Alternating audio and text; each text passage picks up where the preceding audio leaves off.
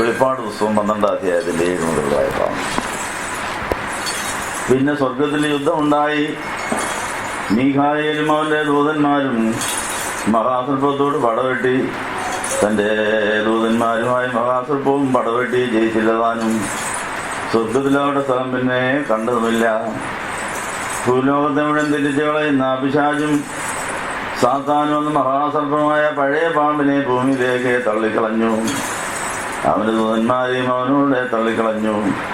അപ്പോൾ ഞാൻ സ്വർഗത്തിലൊരു മഹാശബ്ദം പറഞ്ഞു കേട്ടത്, ഇപ്പോൾ നമ്മുടെ ദൈവത്തിൻ്റെ രക്ഷയും ശക്തിയും രാജ്യവും അവൻ്റെ ക്രിസ്തുവിൻ്റെ ആധിപത്യവും തുടങ്ങിയിരിക്കുന്നു. നമ്മുടെ സഹോദരന്മാരെ രാപ്പകൽ ദൈവസന്നിധിയിൽ കുറ്റം ചുമത്തുന്ന അപവാദിയെ തള്ളിക്കളഞ്ഞുവല്ലോ. അവനെ കുഞ്ഞാടിൻ്റെ രക്തം ഹേതുവായിട്ടും തങ്ങളുടെ സാക്ഷ്യവചനം ഹേതുവായിട്ടും ജയിച്ചു. മരണപര്യന്തം നിങ്ങളുടെ പ്രാണനെ സ്നേഹിച്ചതുമില്ല. ആകയാൽ സ്വർഗവും അതിൽ വസിക്കുന്നവരുമായുള്ളവരെ ആനന്ദിക്കുവിൻ.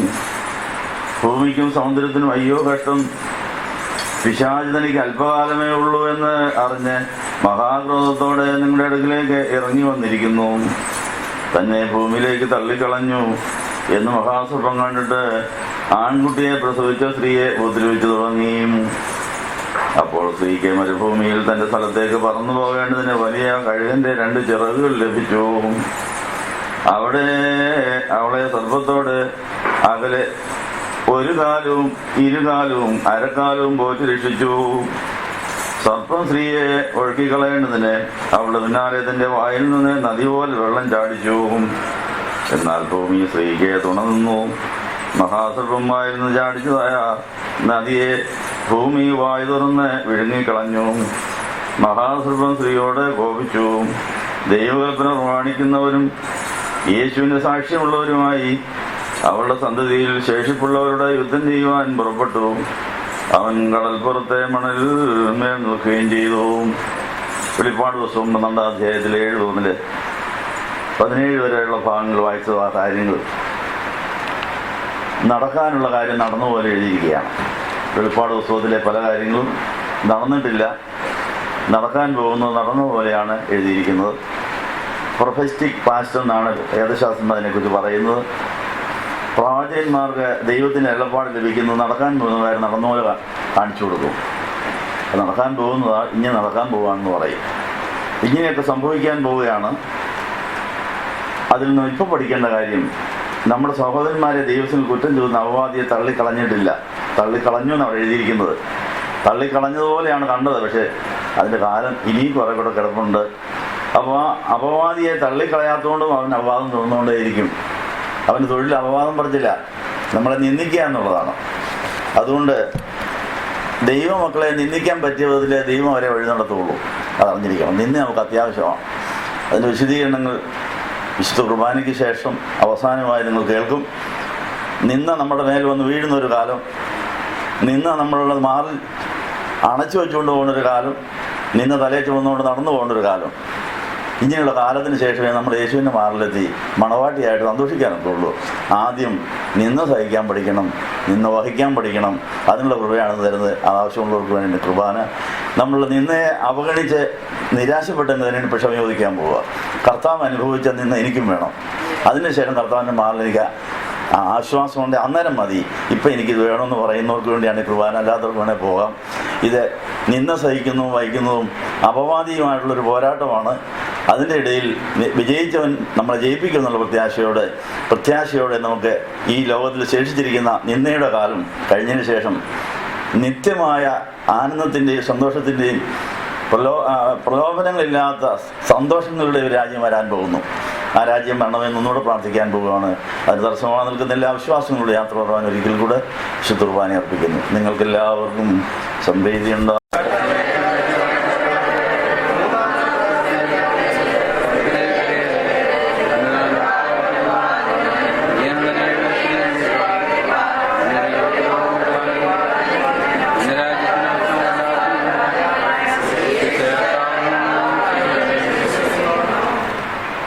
രാജ്യത്തിന് അവസാനമില്ലാത്തവനായ യേശു രാജാവിനെ നമ്മൾ രക്ഷിതാവായി വിശ്വസിച്ചിരിക്കുന്നു.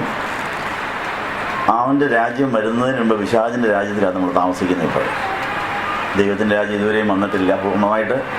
അംശീയമായി നമ്മുടെ ഉള്ളിൽ ദൈവരാജ്യമുണ്ട്. അത് പൂർണ്ണമാകാത്തതുകൊണ്ട് ദൈവരാജ്യവും പിശാചിൻ്റെ രാജ്യവും നമ്മൾ യുദ്ധം നടന്നുകൊണ്ടിരിക്കുന്നു. ആ യുദ്ധക്കളത്തിലാണെന്ന് ആരും മറക്കരുത്. യുദ്ധക്കളത്തിൽ നമ്മൾ പിശാചിൻ്റെ കൂടെ കൂടുവോ അത് ദൈവത്തിൻ്റെ കൂടെ കൂടുവോ? നമ്മുടെ സ്വയബോധവും പരബോധവും ദൈവബോധവും ഇല്ലാത്ത അവസ്ഥയിൽ പിശാച് നമ്മളെ അവരുടെ പക്ഷത്താകാൻ ഒരു വിഷമവുമില്ല. അനേകരെ നിന്ദിച്ച് പഴിച്ച് ദുഷിക്കുക എന്നുള്ളതാണ് പിശാചിൻ്റെ പരിപാടി. അവൻ തോറ്റതും തോക്കാൻ പോകുന്നതുമായ പിശാചാണ്. അവനെ കർത്താവ് പല പ്രാവശ്യം തോൽപ്പിച്ചതാണ്. നമ്മളും തോൽപ്പിക്കണം. അവനെ എത്ര പ്രാവശ്യം ആരെല്ലാം തോൽപ്പിച്ചാലും ഒരു നാണവുമില്ല, അവനൊരു നിരാശയുമില്ല. അവസാനം അവൻ കത്തുന്നിടം വരെ അവൻ്റെ പരിപാടി അവൻ ചെയ്തുകൊണ്ടിരിക്കും. നിന്ദിച്ചുകൊണ്ടേയിരിക്കും, പഴിച്ചുകൊണ്ടേയിരിക്കും. സ്വയബോധവും പരബോധവും ദൈവബോധവും ഇല്ലാത്തവരുടെ വായെ ഈ പിശാചിൻ്റെ ലൗഡ് സ്പീക്കറായിട്ടങ്ങ് മാറും. അവൻ പറയുന്നതെല്ലാം വിളിച്ചു പറഞ്ഞുകൊണ്ടിരിക്കും. അത് ഭാര്യയാകാം, ഭർത്താവാകാം, അപ്പനാകാം, അമ്മയാകാം, ആര് വേണേലും ആകാം. സ്വയബോധവും പരബോധവും ദൈവവും ഇല്ലാത്തവർ ലൗഡ് സ്പീക്കറായിട്ട് പിശാചിൻ്റെ ആയിപ്പോവും. അതുകൊണ്ടാണ് കർത്താവിനെ ദുഷിച്ചവർക്ക് വേണ്ടി കർത്താവ് പ്രാർത്ഥിച്ചത്. ഇവർ ചെയ്യുന്നതെന്ന് അറിയാത്തവർ ക്ഷമിക്കണമെന്ന്. ബോധമില്ലാത്തവർ അറിയാതെ പിശാചിൻ്റെ നിന്ദയ്ക്കുള്ള ലൗഡ് സ്പീക്കറായിട്ട് ഉച്ചഭാഷണിയായിട്ട് മാറുകയാണ്. നമ്മുടെ കഴിഞ്ഞ കാല ജീവിതത്തിൽ എത്ര പ്രാവശ്യം ബോധക്കുറവ് കൊണ്ട്, അറിവില്ലായ്മ കൊണ്ട്, മിഥ്യാബോധം കൊണ്ട് ആരെയെല്ലാം പിശാച് ദുഷിക്കാൻ നമ്മുടെ വായ ഉപയോഗിച്ചിട്ടുണ്ട്. അതിനെല്ലാം കേസുണ്ട്. ആ കേസ് തീർന്നിട്ടേ നമുക്ക് ദൈവത്തിൻ്റെ വായാകാനൊക്കെ ഉള്ളൂ. നമുക്ക് സുവിശേഷം പറയാനും പ്രാർത്ഥിക്കാനും പ്രസംഗിക്കാനും വലിയ കൊതിയാണ്. പക്ഷെ നമ്മുടെ വായുടെ കേസ് തീർന്നിട്ടില്ല. ഓരോ വാക്കിന് ന്യായവിധിയുണ്ട്. അതുകൊണ്ട് യേശുക്രിസ്തുവിനെ അല്ലാതെ എനിക്ക് ആരെയും അറിയണ്ട, യേശു അറിയിക്കുന്ന മാത്രം അറിഞ്ഞാൽ മതി എന്ന് പറഞ്ഞിരിക്കുന്നവർക്ക് യേശുവിൻ്റെ വായാകാനൊക്കെ ഉള്ളൂ. നമ്മുടെ ലാക്കതാണ്. ദൈവത്തെ സ്തുതിക്കുന്ന വാ, ദൈവവചനം പറയുന്ന വായ, അനുഗ്രഹിക്കുന്ന വായായി മാറണമെങ്കിൽ ശപിച്ചതിൻ്റെയും ദൂഷണം പറഞ്ഞതിൻ്റെയും കേസ് തീർന്നാലേ വായിക്ക് ശുദ്ധീകരണം കിട്ടിയിട്ട് കർത്താവിൻ്റെതാകൂ. ഈ കാര്യങ്ങൾ അറിഞ്ഞിട്ട് ആ കേസ് തീർക്കാൻ വേണ്ടി ഇപ്പോൾ പരിശുദ്ധാത്മാവ് പാപത്തെക്കുറിച്ചും നീതിയെക്കുറിച്ചും ന്യായവിധിയെക്കുറിച്ചും ബോധം വരുന്ന പരിശുദ്ധാത്മാവിലുള്ള വിശ്വാസം പുതുക്കി കാരിസിൻ്റെ കയ്യിലേക്ക് കേസ് കൊടുക്കാൻ പോവുകയാണ്. അതിന് നമുക്ക് ഇപ്പോൾ അന്വേഷണം ചോദിക്കാം. സഹോദരി സഹോദരങ്ങളെ, മാതാപിതാക്കളെ, ഗുരുക്കന്മാരെ ഞങ്ങളോട് ക്ഷമിക്കണം. ഈ കുർബാന അംഗീകരിക്കപ്പെടുവാൻ നിങ്ങൾ അവർ ഞങ്ങൾക്ക് വേണ്ടിയും പ്രാർത്ഥിക്കണം. സ്തുതിയാദികളുടെ വേദത്തിൻ്റെ കണ്ണിയൊന്നും ഉണ്ടായിട്ടില്ല. കർത്താവിനാൽ സ്നേഹിക്കപ്പെട്ട വിശ്വാസികൾ, കർത്താവിൻ്റെ ജനന പെരുന്നാളിന് വേണ്ടി ഒരുങ്ങുന്ന ഈ കാലയളവിൽ ശുദ്ധീകരണ പെരുന്നാളും പ്രതിഷ്ഠാ പെരുന്നാളും കഴിഞ്ഞ് കർത്താവിൻ്റെ വഴിയൊരുക്കുവാൻ നിയോഗിക്കപ്പെട്ട് ഏലിയാവിൻ്റെ ആത്മാവോടെ ജനിക്കുന്നതായ യോഹന്നാൻ സ്നാപകനെ ഓർക്കുന്ന കാലം, യോഹന്നാൻ സ്നാപകൻ്റെ ജനനം, വളർച്ച, ഇതെല്ലാം കഴിഞ്ഞ് കർത്താവിൻ്റെ ജനപ്പെരുന്നാൾ ആഘോഷിക്കാൻ നമ്മൾ തയ്യാറാകുമ്പോൾ യോഹന്നാൻ സ്നാപകൻ ഒരുക്കിയ വഴി സത്യം ജീവനുമായി യേശു പോയ വഴി സത്യം ജീവനുമായി നമുക്ക് നൽകപ്പെട്ട സ്വർഗത്തിലെ പിതാവ് അദൃശ്യനായ ദൈവത്തിന് പ്രതിമ എന്ന ലോകത്തിന് അവതരിച്ച് നമുക്ക് നൽകപ്പെട്ടതായ രക്ഷകനായ യേശു. ആ രക്ഷകനായ യേശു എങ്ങനെയാണ് നമ്മുടെ സഭയാകുന്ന ശരീരത്തിന് തലയായത്? തലയായി തീർന്ന ആ യേശുവിൻ്റെ തലയോട് ചേരുന്ന ഉടലായി തീരുവാൻ നമ്മൾ ആ സഭയാകുന്ന ശരീരത്തിൻ്റെ കോശങ്ങളായി, അവയവങ്ങളായി എങ്ങനെയാണ് വളർന്നു വരുന്നതെന്ന് നമ്മൾ കഴിഞ്ഞ ദിവസം പഠിക്കുകയായിരുന്നു. കഴിഞ്ഞ ബുധനാഴ്ചത്തെ നമ്മളുടെ എക്യൂമിനിക്കൽ കൂട്ടായ്മയിൽ നമ്മൾ പഠിച്ചത് ആ കാര്യമാണ്. അതിനോട് ചേർന്ന് നിന്ന് വായിച്ചതായ തിരുവചനങ്ങൾ നമ്മൾ ധ്യാനിക്കുകയാണ്. നമുക്ക് പ്രാർത്ഥനയോടുകൂടെ ദൈവത്തിൻ്റെ ശബ്ദം കേട്ട് ദൈവവചനപ്രകാരം നമ്മളുടെ ശേഷിക്കുന്ന കാലം കർത്താവിൻ്റെ വരവിന് ഒരുങ്ങുവാൻ എങ്ങനെയാണ് നമ്മൾ തയ്യാറാകേണ്ടത്, നമ്മുടെ ധർമ്മങ്ങൾ നിർവഹിക്കുന്ന എങ്ങനെയാണെന്ന് അറിയുവാൻ വേണ്ടി ഇതുവരെ നടന്നതായ പ്രാർത്ഥനകൾ മുഴുവൻ നമ്മുടെ ആത്മാവിനെ ജ്വലിപ്പിക്കുവാനും ഉണർത്തുവാനും അഭിഷേകം നമുക്ക് തരുന്ന ഉപദേശം കേൾക്കുവാനുമായിരുന്നു. പരിശുദ്ധാത്മാവിൻ്റെ അഭിഷേകം തരുന്ന ശബ്ദം കേൾക്കുവാൻ നമ്മുടെ എല്ലാ ശ്രദ്ധകളും എല്ലാ ആഗ്രഹങ്ങളും ദൈവസന്നിധിയിൽ സമർപ്പിച്ചിട്ട് എനിക്ക് നിന്നെ അല്ലാതെ ഒന്നും അറിയണ്ട, നീ പറയുന്നല്ലാതെ എനിക്കൊന്നും കേൾക്കുകയും വേണ്ട, എനിക്ക് ആരെയും അറിയണ്ട, ഒന്നിനെയും അറിയണ്ട, ഒന്നും വേണ്ട, പിതാവ് എനിക്ക് സമ്മാനിച്ച പുത്രനെ മാത്രം മതി, ആ പുത്രൻ തരുന്നത് മതി, എനിക്കൊന്നും അറിയണ്ട, പുത്രനെ വല്ലതും അറിയിച്ചാൽ അറിഞ്ഞാൽ മതി, എനിക്ക് ആരെയും അറിയണ്ട, കർത്താവ് ആരെങ്കിലും അറിയിച്ചാൽ അവരെക്കുറിച്ച് അറിഞ്ഞാൽ മതി. ഈ ഒരു ഉൾക്കാഴ്ച ഉണ്ടെങ്കിൽ നമുക്ക് വളരാനൊക്കെ ഉള്ളൂ. നമ്മളുടെ പ്രാണൻ 100% വളരാത്തതിൻ്റെ കാര്യം എന്താണോ? സ്വയപരിശോധന സഹായി വിശദമായി ഇപ്പം നമ്മളെ വീണ്ടും പഠിപ്പിച്ചുകൊണ്ടിരിക്കുകയാണ്. സ്വയപരിശോധന സഹായിയിലെ ചോദ്യോത്തരങ്ങൾ അത് നമ്മളെ സഹായിക്കുന്നുണ്ടോ ആത്മാവിൽ വളരാൻ? ഇല്ല. അതിൻ്റെ കാരണം, അതിൻ്റെ കുറവ് എന്നാന്ന് കണ്ടുപിടിക്കാൻ വേണ്ടിയാണ് ഇന്ന് ചില വേദഭാഗങ്ങൾ വായിച്ചത്. നമുക്കെന്താ 100% ബന്ധുക്രിസ്തുയുടെ അനുഭവം ഉണ്ടാകാത്തത്? നമ്മുടെ പ്രാണൻ എന്നാ 100% യേശുവിലാകാത്തത്? നമുക്ക് എന്നാ നമ്മുടെ സർവ്വമുടക്കിലെല്ലാം പോകാത്ത എന്നാ? നമ്മളെ ആരെങ്കിലും കണ്ടിട്ട് യേശു ക്രിസ്തുവിൻ്റെ സ്വന്തം ആളാണെന്ന് തന്നെ പറയാത്തത്? നമ്മൾ വീണ്ടും ജനിച്ചവരാണെങ്കിൽ സ്വർഗ്ഗത്തിലെ പിതാവിൻ്റെ സ്വഭാവമൊക്കെ കാണിക്കേണ്ടതാണ്. പക്ഷെ അകലെങ്കിലും കാണിക്കണം. മാതാപിതാക്കൾ ജനിച്ച പിള്ളേർക്ക് ചില ലക്ഷണങ്ങളെല്ലാം ഉണ്ട്. അത് വളരാത്തതിൻ്റെതായ ചില അപാകതകളുണ്ടെന്നേ ഉള്ളൂ. പ്രായപൂർത്തിയാകുമ്പോൾ അപ്പനെ പറിച്ചു വെച്ചിരിക്കുന്നു, അമ്മയെ പറിച്ചു വെച്ച പോലാണെന്നൊക്കെ പറയുകയും ചെയ്യും, ഇല്ലേ? അപ്പോൾ അതുകൊണ്ട് നമ്മൾ മാമോദിസയേറ്റ അന്ന് മുതൽ ഏതാണ്ടൊക്കെ ചില ലക്ഷണങ്ങളെങ്കിലും കാണിക്കണം. അപക്വതയുടെ ചില കുസൃതിയൊക്കെ കാണിച്ചാലും ആ മുഖച്ചായ അപ്പനെ പോലെ ഇരിക്കുന്ന അമ്മയെ പോലെ ഇരിക്കും, അത്രയെങ്കിലും ഒരു സാമ്യം, ഇല്ലേ?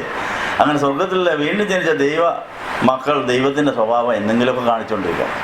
അങ്ങനെ ദൈവത്തിൻ്റെ സ്വഭാവം കാണിച്ചാൽ നമ്മളെ ദൈവത്തിൻ്റെ മക്കളായിട്ടും ദൈവത്തിൻ്റെ സ്വന്തമായിട്ട് ജനങ്ങൾ തിരിച്ചറിയും. അല്ലെങ്കിൽ കർത്താവിന് സങ്കടമാണ്. പഴയ നിയമകാലത്ത് പ്രവാചകന്മാർ ഇതിലേലും പോകുന്നതാണ്, അതിൻ്റെ ഒരു ദൈവപുരുഷൻ പോകുന്നതെന്നേ പറയുന്നു. നമ്മളെ ആരെങ്കിലും കണ്ടിട്ട് ദൈവപുരുഷനാണെന്നോ ഒരു ദൈവസ്ത്രീയാണെന്നോ ദൈവമകളാണെന്നോ വല്ലവരും പറഞ്ഞിട്ടുണ്ടോ?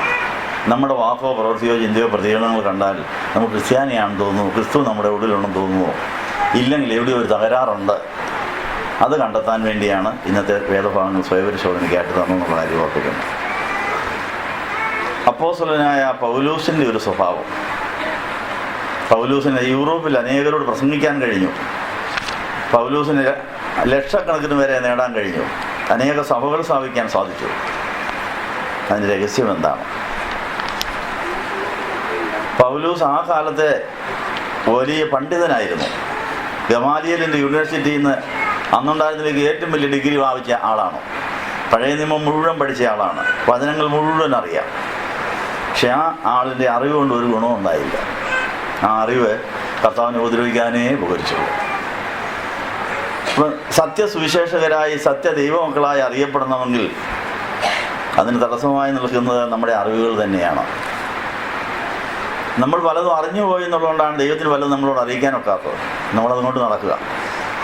അതുകൊണ്ട് എല്ലാം തൂത്ത് കളഞ്ഞിട്ട് സീറോ ആയിട്ട് എനിക്ക് വേറെ ഒന്നും അറിയണ്ട, സങ്കല്പങ്ങൾ വിചാരങ്ങൾ ഉയർച്ചകൾ ഇടിച്ച് തകർത്ത് ഏത് വിചാരത്തെയും ക്രിസ്തുവിനനുസരിച്ചായിട്ട് പിടിച്ചടക്കിയിട്ട് കർത്താവ് പറയുന്നത് മാത്രം എനിക്ക് കേട്ടാൽ മതി, കർത്താവ് പഠിപ്പിക്കുന്നത് മാത്രം എനിക്ക് പഠിച്ചാൽ മതി, ഞാൻ പഠിച്ചതെല്ലാം തൂത്ത് കളഞ്ഞിരിക്കുന്നു പറയാൻ നമ്മളെ കൊണ്ട് ഇതുവരെയും കഴിഞ്ഞിട്ടില്ല.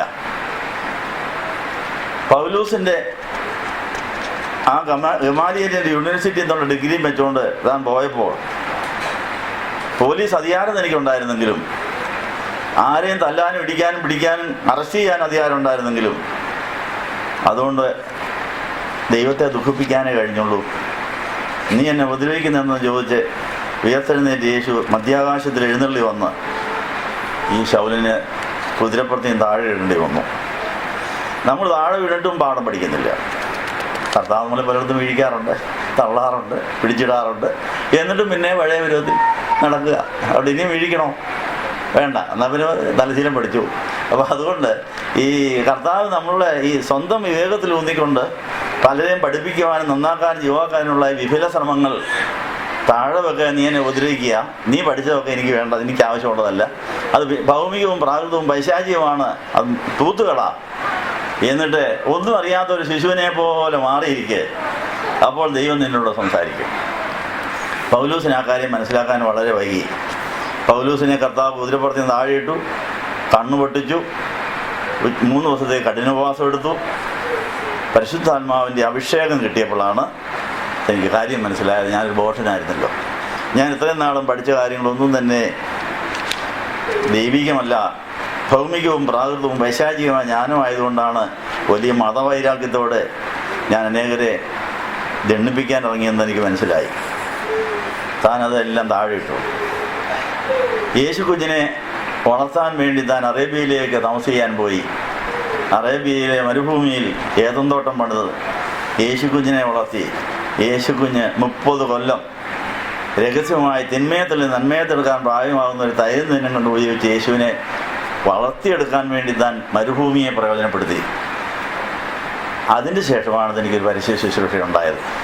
ആ പരസ്യ ശുശ്രൂഷയിൽ തൻ്റെ തത്വജ്ഞാനമൊന്നും താൻ പ്രയോഗിച്ചില്ല എന്ന് താൻ വളരെ വ്യക്തമായി കൊരിന്ത്യസഭയോട് പറയുന്നുണ്ട്. കൊരിന്ത്യ സഭയോട് പറയുന്ന ആ രഹസ്യം നമ്മൾ പഠിച്ചിട്ടുണ്ടോ? 1 കൊരിന്ത്യർ 2-ാം അധ്യായത്തിൽ നിന്ന് വായിച്ചു കേട്ട സഹോദരന്മാരെ, ഞാൻ ഇടയ്ക്ക് വന്നപ്പോൾ ദൈവത്തെക്കുറിച്ചുള്ള സാക്ഷ്യം പ്രസ്താവിച്ചത് വാഗ്വൈഭവത്തോടുകൂടിയോ ജ്ഞാനത്തോടുകൂടിയോ ആയിരുന്നില്ല. എന്താ കാരണം? അതെല്ലാം ഭൗമികവും പ്രാകൃതവും പൈശാചികവുമായിരുന്നു. അതെല്ലാം നാം തൂത്തുകളഞ്ഞു. ക്രൂശിക്കപ്പെട്ടവനായ യേശുവിനെ അല്ലാതെ മറ്റൊന്നും അറിയേണ്ടതില്ലെന്ന് നിങ്ങളുടെ ഇടയിൽ ആയിരുന്നപ്പോൾ ഞാൻ തീരുമാനിച്ചു. ആ തീരുമാനമാണ് പൗലോസിനെ പരിശുദ്ധനാക്കിയത്. പൗലോസിന്റെ പ്രാണൻ 100% യേശുവിലാകാനും പൗലോസിന് അഭിഷേകം 100% പെന്തിക്കോസ്തിയുടെ അനുഭവം പൗലോസിന് ലഭിച്ചിരുന്നത് അനേകർക്ക് കൊടുക്കുവാനും വചനം കേട്ടുകൊണ്ടിരിക്കുമ്പോൾ കേൾക്കുന്നവരിൽ പരിശുദ്ധാത്മാവ് വരാനും ഇടയായത് ഈ തീരുമാനമാണ്. നമ്മളങ്ങനെ തീരുമാനിച്ചിട്ടുണ്ടോ? നമ്മൾ പറഞ്ഞതെല്ലാം മനുഷ്യരെ പഠിപ്പിക്കാൻ വേണ്ടി ഇങ്ങനെ ബന്ധപ്പെട്ടുകൊണ്ടിരിക്കുക. അത് എത്ര ശതമാനം ഭൗമികമാണ്, പ്രാകൃതമാണ്, പൈശാചികമാണ്, ഇതുവരെ നമുക്ക് ബോധ്യമില്ല. ഇതെല്ലാവരും അടിച്ചേൽപ്പിച്ചാലേ പറ്റൂ എന്ന് വിചാരിച്ച് നടക്കുക. അതുകൊണ്ട് ആ പരിപാടി നിർത്തിവെച്ച് എനിക്ക് യേശുവിനെ മാത്രം അറിഞ്ഞാൽ മതി, യേശു അറിയിക്കുന്നത് മാത്രം അറിഞ്ഞാൽ മതി, യേശു എന്നോട് മാത്രം എനിക്ക് സംസാരിച്ചാൽ മതി, യേശു ആരോടെങ്കിലും വർത്താനം പറഞ്ഞാൽ മതി. നമ്മുടെ നാക്ക് 100% പ്രിസർവ് ചെയ്യണം. 100% നമ്മുടെ നാക്ക് കർത്താവിന് വേണ്ടി മാത്രമാക്കാമെങ്കിൽ കർത്താവിന് വല്ലതും മിണ്ടാനുള്ളപ്പോഴേ നമ്മുടെ നാവ് പൊങ്ങുകയുള്ളൂ. പ്രവാചകന്മാരുടെ നാക്കിൻ്റെ കൺട്രോൾ പിതാ പരിശുദ്ധാത്മാവിൻ്റെ ആയിരുന്നു. ദൈവം ഒന്നും പ്രസംഗിക്കാനില്ലാത്തപ്പോൾ തൊണ്ട പൂട്ടി അങ്ങ് വെച്ചേക്കും. അനങ്ങാനൊക്കെയില്ല, തൊണ്ട അടച്ച പോലെ ഇരിക്കും. ഒന്നും മിണ്ടാനൊക്കെയില്ല, ഒന്നും മിണ്ടാനില്ല. ദൈവം തമ്മിലാൻ ആവശ്യമുള്ളപ്പോൾ ഓൺ ചെയ്യും, അല്ലാത്തപ്പോൾ ഓഫ് ചെയ്തങ്ങ് വെച്ചേക്കും. നമ്മുടെ തൊണ്ടയുടെ കുഴപ്പം തന്നെ ഇപ്പം തുറന്ന ശവക്കുഴിയായിട്ട് ഇരിക്കുക. ആരോടും എന്നും അടിച്ചു വിടാനും പറയാൻ ഒരു മടിയുമില്ല. അതുകൊണ്ട് ദൈവം തമ്മിലാൻ നമ്മുടെ തൊണ്ടയോ നമ്മുടെ നാവോ പ്രയോജനപ്പെടുന്നില്ല. അങ്ങനെ എത്ര പ്രാവശ്യം നമ്മുടെ തുറന്ന ശവക്കുഴി പോലെയായി. എത്രയോ പ്രാവശ്യം നമ്മൾ ആരെയെല്ലാം ഈ നാക്ക് കൊണ്ട് വെടിവെച്ച് കൊന്നിട്ടുണ്ട്, നാക്ക് കൊണ്ട് മുറിവേൽപ്പിച്ചിട്ടുണ്ട്. ഇതൊന്നും നമുക്ക് അറിഞ്ഞുകൂടാ. അതെല്ലാം തിരിച്ചറിഞ്ഞ് നമ്മുടെ നാവിനെ 100% കർത്താവിനെ അടിയറ വെച്ചതിന് ശേഷമേ ദൈവത്തിന് നമ്മളോട് സംസാരിക്കാനപ്പോൾ. എൻ്റെ ഗുരുവായിരുന്ന മാത്യൂസ് റമ്പാച്ചനെ 30-ാം വയസ്സിൽ കൈ കിട്ടിയപ്പോൾ പറഞ്ഞതിന് പ്രസംഗം നിർത്താൻ എന്നോട് പറഞ്ഞു. നല്ല ഒന്നാമതായിട്ട് പ്രസംഗിക്കുന്ന ആളായിരുന്നു, പല സ്ഥലങ്ങളിൽ പോയി പ്രസംഗിച്ചതാണ്. നിന്റെ പ്രസംഗം നിർത്തുക, നീ 5 കൊല്ലം മൗനമായിട്ടിരിക്കുക. എല്ലാവരും ചെയ്യുന്ന പണിയാണ്. 30-ാമത്തെ വയസ്സിൽ എൻ്റെ ഗുരു പറഞ്ഞത് പ്രസംഗം നിർത്ത്, മൗനമായി പ്രാർത്ഥിച്ച് ദൈവം പറയുന്നത് കേൾക്കാൻ പറഞ്ഞു. അങ്ങനെ 30 വയസ്സ് തൊട്ട് 35 വയസ്സ് വരെ ആ ഗുരു പറഞ്ഞത് പൂർണ്ണമായി അനുസരിച്ച് കിട്ടിയ സമയം മുഴുവൻ പ്രാർത്ഥിക്കാനും മൗനമായിട്ടിരിക്കാനും ദൈവത്തിലിരിക്കാനും എല്ലാ ദിവസവും അദ്ദേഹത്തോട് കുർബാനയിൽ സംബന്ധിക്കാനും അദ്ദേഹം പറഞ്ഞു കേൾക്കാനും മാത്രം ചെലവഴിച്ചപ്പോൾ കിട്ടിയ മധുര അനുഭവങ്ങളാണ് ഇന്നും ഏകാന്തതയിൽ, നഷ്ടകഷ്ടങ്ങളിൽ, സങ്കടങ്ങളിൽ, ദുഃഖങ്ങളിൽ പിടിച്ചു നിർത്താൻ സഹായിക്കുന്ന കാര്യം ഓർക്കുകയാണ്. അപ്പം നമുക്ക് ദൈവത്തോടുകൂടെ ഇരിക്കുമ്പോൾ ദൈവം പറയുന്നത് കേട്ട മധുര ഭാഷണങ്ങൾ കുറിച്ചിട്ടിരിക്കുന്ന ഡയറികൾ വീണ്ടും വായിക്കുമ്പോൾ അത് നമുക്ക് തേൻ കുടിക്കുന്ന പോലെ, അത് പാലും തേനും തൈരും കൂടെ ചേർന്ന് കഴിക്കുന്ന പോലെ രുചികരമാണ്, രസകരമാണ്, ഹൃദ്യമാണ്. അതാണ് മറ്റ് കയ്പുകളെ അതിജീവിക്കാൻ സഹായിക്കുന്ന കാര്യം ഓർപ്പിക്കുന്നു. പൗലോസിയായുടെ അറേബ്യയിലെ തപസ് ചെയ്തുള്ള ആ യേശു കുഞ്ഞിനെ വളർത്താനുള്ള ആ സംരംഭത്തിലെ തൈരും തേനും കൊണ്ടുള്ള ഉപജീവിച്ച യേശുവിനെ തനിക്ക് കിട്ടിയ അനുഭവമാണ്. എന്തുമാത്രം കഷ്ടനഷ്ടങ്ങളാണ് ഈ പൗലോസിന് വന്നെന്ന് കൊരിന്ത്യ ലേഖനത്തിലും മറ്റു പല ലേഖനങ്ങളും വായിക്കണം. ഈ കഷ്ടനഷ്ടങ്ങളുടെയും വേദനകളുടെയും മധ്യത്തിൽ ഒരു ദുഃഖവുമില്ലാതെ വലിയ സന്തോഷത്തോടെ അത് സഹിച്ചുകൊണ്ട് വേല തികച്ച് അനേക കാര്യങ്ങളെ നേടിയതിൻ്റെ രഹസ്യം ഇതാണ്. താൻ ഈ തീരുമാനമാണ്, എനിക്കിനി ഒന്നും അറിയണ്ട, ഞാൻ അറിഞ്ഞുകൊണ്ട് എനിക്കൊരു ഗുണവും ഉണ്ടായില്ല, അതെനിക്ക് ദോഷമേ വരുത്തിയുള്ളൂ എന്ന് പറഞ്ഞ് അങ്ങനെ ഒരു തീരുമാനം എടുത്തതിന് ശേഷമാണ് പൗലൂസായത്. അത് വേറെ അനേകരുടെ അനുഭവം തന്നെയാണ്. മോശയുടെ അനുഭവം അത് തന്നെ. മോശയ്ക്കുണ്ടായിരുന്ന ഏറ്റവും വലിയ പ്രശ്നം എന്തായിരുന്നു? മോശയ്ക്ക് താനൊരു യഹൂദനാണെന്നുള്ള കാര്യം മനസ്സിലായി. ഈ അടിമപ്പട ചെയ്യുന്ന ഈ ഇസ്രായേൽക്കാർ അല്ലെങ്കിൽ ഈ എബ്രായർ അവരെൻ്റെ സ്വന്തക്കാരാണ്. ഞാനിങ്ങനെ കൊട്ടാരത്തിൽ സുഖം ജീവിക്കുന്നത് ശരിയാണോ? അവർ മാത്രം ഞാൻ ഇവിടുന്ന് കഷ്ടപ്പെടുന്നു, ഞാനവരെ സഹായിക്കണ്ടേ, അവരെ രക്ഷിക്കണ്ടേ എന്നൊക്കെ ചോദിച്ച് നല്ല ചിന്തകളാണിതെല്ലാം. തനിക്ക് അതോടൊപ്പം തന്നെ 40 വയസ്സ് വരെ താൻ പഠിക്കുകയായിരുന്നു. കൊട്ടാരത്തിലെ രാജകുമാരൻ എന്ന നിലയിൽ മിസ്രൈമിലുണ്ടായിരുന്ന എല്ലാ വിദ്യകളും താൻ പഠിച്ചു. ഒത്തിരി ഭാഷകൾ പഠിച്ചു. കാരണം ഫറവോൻ രാജാവിന് 70 ഭാഷകൾ അറിയാവുന്ന രാജ്യങ്ങളിൽ വിസ്തൃതമായ ഒരു സാമ്രാജ്യമായിരുന്നു ഉണ്ടായിരുന്നു. ഒരു ഫറവോൻ രാജാവ് അനേക ഭാഷകൾ അറിയാവുന്ന ആളായിരുന്നു. കാരണം അത്രയും ഭാഷ സംസാരിക്കുന്നവർ, അത്രയ്ക്ക് വിസ്തൃതമായ ഒരു സാമ്രാജ്യമായിരുന്നു ആ രാജാവിനുണ്ടായിരുന്നു. അതുകൊണ്ട് ആ രാജാവിൻ്റെ സെക്രട്ടറി ആകുന്നവർക്കും ഇത്രയും ഭാഷ പഠിക്കണമായിരുന്നു. ആ രാജാവിൻ്റെ മന്ത്രിമാർക്കും അത്രയും, കാരണം ഇവിടെ നിന്നെല്ലാം ആളുകൾ വരും ഓരോ കാര്യമായിട്ട്, അവരുടെ ഭാഷയല്ലേ പറയുന്നു. അപ്പോൾ അതെല്ലാം മനസ്സിലായി മറുപടി പറയണമെങ്കിൽ അപ്പോൾ ഈ ഭാഷ പഠിക്കുക എന്നുള്ളതായിരുന്നു ആദ്യത്തെ. അപ്പോൾ 40 കൊല്ലം എടുത്തു ഈ ഭാഷയൊക്കെ പഠിക്കാൻ. അപ്പോൾ മോശയ്ക്ക് 40 വർഷം കൊണ്ട് ആ രാജ്യത്തുള്ള എല്ലാ ഭാഷകളും പഠിച്ചു, എല്ലാ വിദ്യകളും പഠിച്ചു. നല്ല സുന്ദരനാണ്, മിടുക്കനാണ്, ബുദ്ധിമാനാണ്. ഇതെല്ലാം അങ്ങോട്ട് ചിന്തിച്ചു കഴിഞ്ഞപ്പോൾ എന്നെക്കൊണ്ട് ചിലപ്പോൾ സാധിക്കും, ഞാൻ രാജകുമാരനാണ്, ഞാൻ പറഞ്ഞാൽ വല്ലതും കേൾക്കും എന്നൊക്കെ തോന്നി താൻ സ്വയമായിട്ടൊരു കൗൺസിലിംഗ് സെൻ്റർ അങ്ങ് തുടങ്ങി. അവിടെ എല്ലാം പ്രശ്നങ്ങൾ അങ്ങോട്ട് കേൾക്കാൻ തുടങ്ങി, പഠിക്കാൻ തുടങ്ങി, അവരെയൊക്കെ ഉപദേശിക്കാൻ തുടങ്ങി, അവരെയൊക്കെ ചൊവ്വാക്കാൻ തുടങ്ങി. ഉദ്ദേശിച്ച പോലെ കാര്യം നടക്കുന്നില്ല എന്ന് പറഞ്ഞാൽ കോപവും വരാൻ തുടങ്ങി.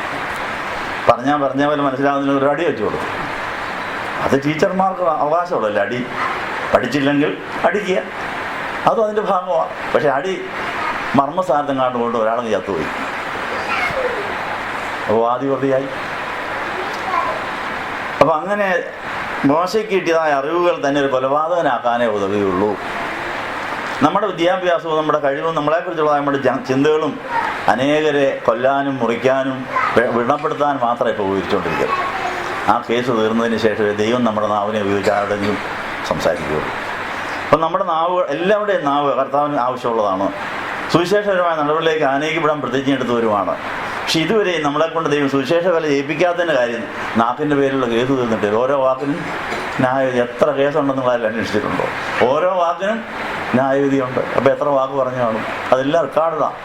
ആ വാക്ക് പറഞ്ഞതിൽ ഏത് ആത്മാവിലത് പറഞ്ഞു, എന്തിനു പറഞ്ഞു, എങ്ങനെ പറഞ്ഞു, അതുകൊണ്ട് എന്നാ ഗുണമുണ്ടായി, ആരോട് ചോദിച്ചാൽ അത് പറഞ്ഞത്, ഇതൊക്കെ എല്ലാം ചോദ്യം വരും. ദൈവാത്മാവ് പറഞ്ഞിട്ടേ എന്തെങ്കിലും പറയാവൂ.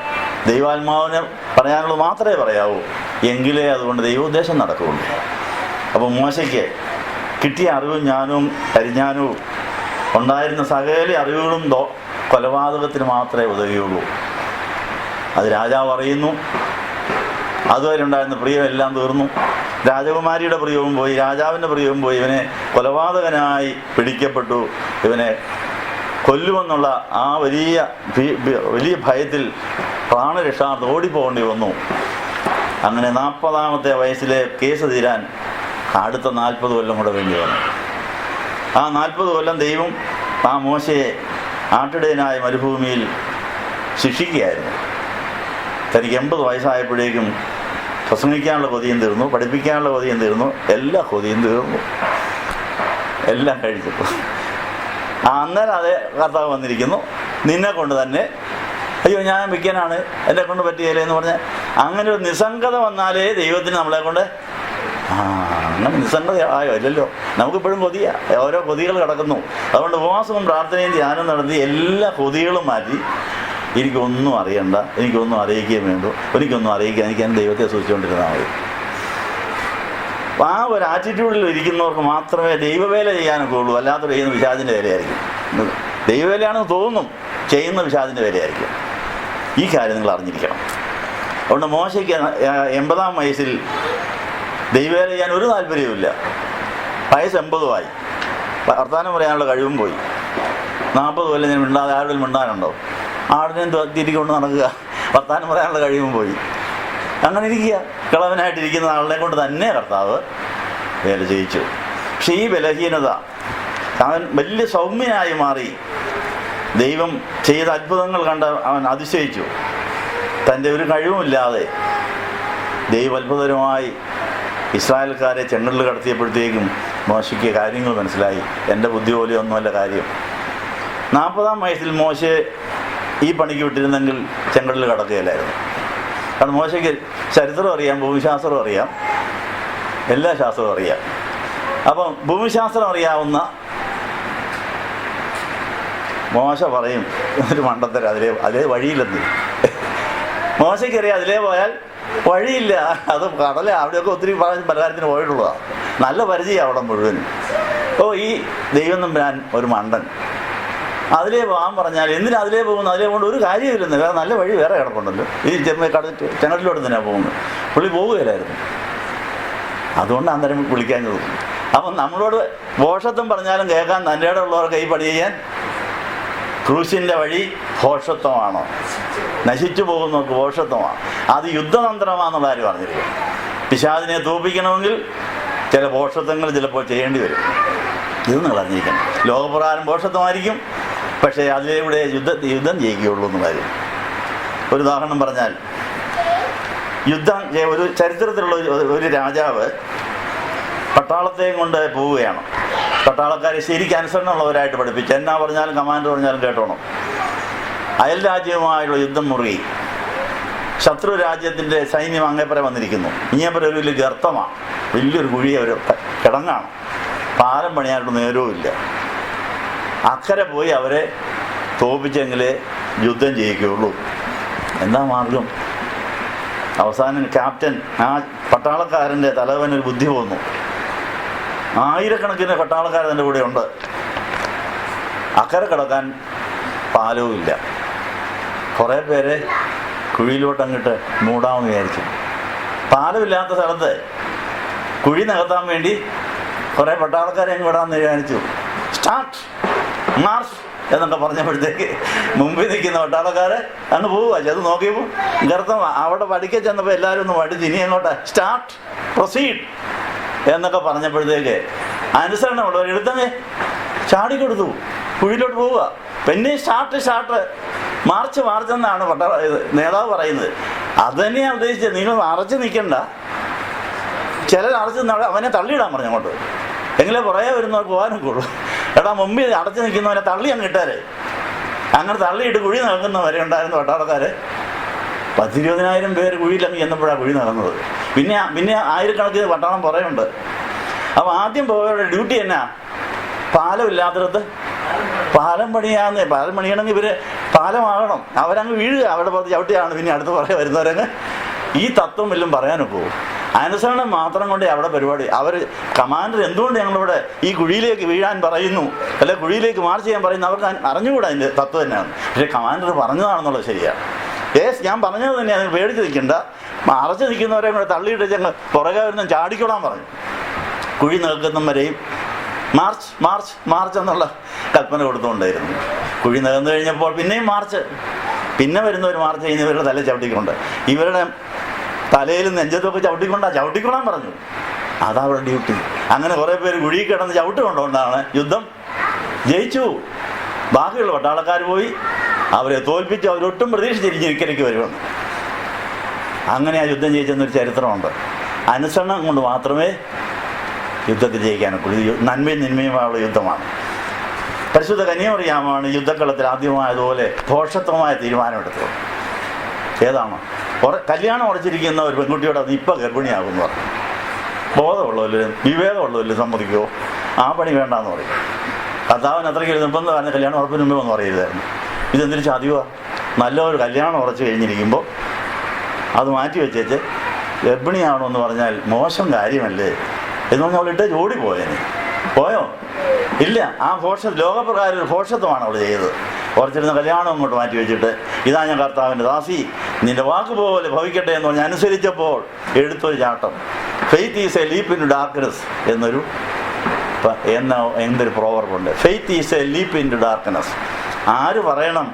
പറയേണ്ടവൻ പറഞ്ഞാൽ ഇരുട്ടത്തെ കാണലെടുത്ത് ചാടിക്കണം. കുഴിയിലേക്ക് കാണലും ചാടിക്കൂ. പറഞ്ഞവൻ ബാക്കി കാര്യം നോക്കിക്കോളും. അവനൊരു ഉദ്ദേശമാണെന്നുള്ള ആ ബോധം വേണം. അതുപോലെ അനുസരിക്കാനുള്ള കഴിവ് കിട്ടിയെങ്കിൽ ഈ ആജ്ഞയുള്ളത് വിജയിക്കാനൊക്കെ.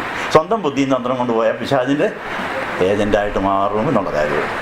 അതുകൊണ്ട് ഈ കാര്യം നമ്മൾ പരിശുദ്ധ മാതാവും മോശയും എല്ലാ പ്രവാചകന്മാരും ഈ പാഠമാണ് നമ്മളെ പഠിപ്പിച്ചിരിക്കുന്നത്.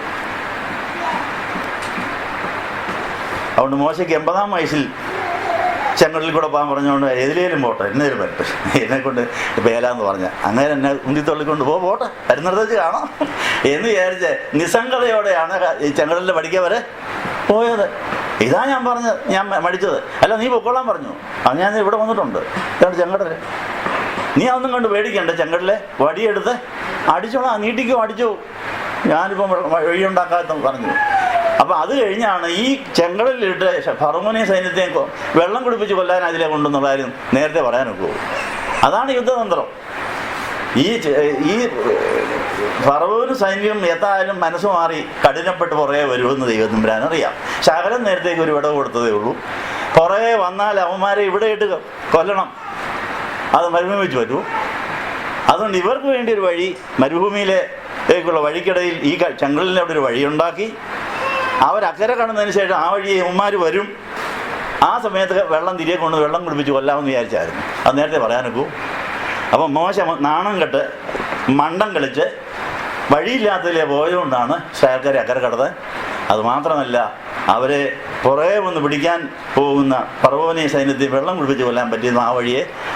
അപ്പം ചരിത്രവും ഭൂമിശാസ്ത്രവും അടിച്ച് പോകാതെന്തെങ്കിലും. അപ്പം നമ്മുടെ അറിവുകൾ താഴെ വെച്ചിട്ട് ദൈവം പറയുന്നത് മാത്രമനുസരിച്ച് പടിപടിയായി ഇഞ്ചിഞ്ചായി നീങ്ങേണ്ടി വരും.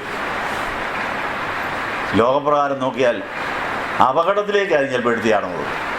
ദൈവം കൽപ്പിച്ചിട്ടാണെങ്കിൽ ചാടിക്കുമോ? അങ്ങനെ ദൈവത്തിൻ്റെ ഉദ്ദേശം നടക്കുന്നുണ്ട്. ഇതാ ഇത്ര നേരം പറഞ്ഞതിൻ്റെ ചുരുക്കം. അതുകൊണ്ട് ഈ പിശാച് തോറ്റവനും തോറ്റുകൊണ്ടിരിക്കുന്നവനും തോക്കാൻ പോകുന്നവനുമാണ്. അത് നല്ലവണ്ണം അറിയാം. അവനെ കൊണ്ട് നമ്മളെ നല്ല ശീലം പഠിപ്പിച്ചിട്ട് അവനെ കളയുള്ളെന്ന് മാത്രം ഈ കാര്യം അറിഞ്ഞിരിക്കണം. അതുകൊണ്ട് ഈ പിശാചിനെ കത്തിക്കാനിട്ടിരിക്കുകയാണ്. നമുക്കെല്ലാം ദൈവരാജ്യത്തിൻ്റെ ഈ പാഠം പഠിപ്പിക്കാൻ വേണ്ടി അവൻ്റെ നിന്നയും ദുഷിയും വഴിയും എല്ലാം ഇങ്ങനെ നിത്യം തുടർന്നുകൊണ്ടേയിരിക്കും. അത് കണ്ട് ആരും വിഷമിക്കരുതെന്നുള്ള കാര്യം ഓർപ്പിക്കുന്നു. ഈ കാര്യം ദാവീദിൽ കൂടെ സങ്കീർത്തനത്തിൽ കൂടെ നമ്മളെ പഠിപ്പിച്ചിട്ടുണ്ട്. 69 സങ്കീർത്തനത്തിൻ്റെ 6-7 വാക്യങ്ങളിൽ ഒരു ദൈവ പൈതൽ കുരിശെടുത്തുകൊണ്ട് യാത്ര ചെയ്യുന്നതിനിടയിൽ ഉണ്ടാകുന്ന അനുഭവങ്ങളിൽ വലിയൊരു പട്ടിക 69 സങ്കീർത്തനത്തിലുണ്ട്. മരണവാതിക്കലെത്തുമ്പോൾ നമുക്കുണ്ടാകുന്ന അനുഭവങ്ങളാണിത് മുഴുവൻ. അപ്പോൾ ആരും നിരാശപ്പെടരുത്. അത് ഉയർപ്പിൻ്റെയും പ്രത്യാശയുടെയും അനുഭവത്തിലേക്ക് നമ്മളെ ആനയിക്കുന്നതാണെന്നുള്ള കാര്യം ഓർപ്പിക്കുന്നു. 69 സങ്കീർത്തനത്തിൻ്റെ 9-10 വാക്യങ്ങളിൽ എന്തു പറയുന്നു? നിന്റെ ആലയത്തെക്കുറിച്ചുള്ള തീഷ്ണത എന്നെ തിന്നുകളഞ്ഞു, നിന്നെ നിന്ദിക്കുന്നവിടെ നിന്ന് എൻ്റെ മേൽ വീണിരിക്കുന്നു. ഈ അനുഭവത്തിലൂടെയാണ് യേശു നമ്മളെ വഹിച്ചുകൊണ്ട് കാൽവരിയിലേക്ക് പോയത്. നിന്ന് നമ്മുടെ മേൽ വീഴുന്ന അനുഭവം. കർത്താവ് അനേകരുടെ നിന്നയെ വഹിച്ചുകൊണ്ടാണ് നമ്മുടെ മുഴുവൻ നിന്നെ വഹിച്ചുകൊണ്ടാണ് പോയതെന്നുള്ള ഒരു കാര്യം അവിടെ പഠിക്കും. ഇന്നലെ നമ്മൾ വായിച്ചതാണ് എബ്രായ ലേഖനം 13 അധ്യായത്തിൻ്റെ 12-13 വാക്യങ്ങൾ എന്താ പറയുന്നത്? കർത്താവ് നിന്ന വഹിച്ചുകൊണ്ട് പാളയത്തിന് വെളിയിൽ പോയി ആ കുരിശിൽ നമ്മളെ രക്ഷിച്ചു എന്നാണ്. അപ്പോൾ അതിൻ്റെ മുൻകുറിയായിരുന്നു സങ്കീർത്തനക്കാരന് കിട്ടിയതായ അനുഭവങ്ങൾ.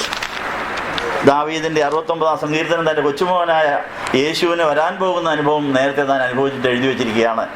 നിന്ന എൻ്റെ മേൽ വീണിരിക്കുന്നു. ആ നിന്നയെ എടുത്തുകൊണ്ടാണ് കർത്താവ് വെളിയിലേക്ക് പോയി താൻ ഉയർത്തെഴുന്നേറ്റതെന്നാണ് പറയുന്നത്, മരിച്ചു ഉയർത്തെഴുന്നേറ്റത്. ഈ നിന്ന നമ്മുടെ മേൽ വന്ന് വീണ് കഴിഞ്ഞാൽ അതും കൊണ്ട് നടക്കേണ്ടി വരും.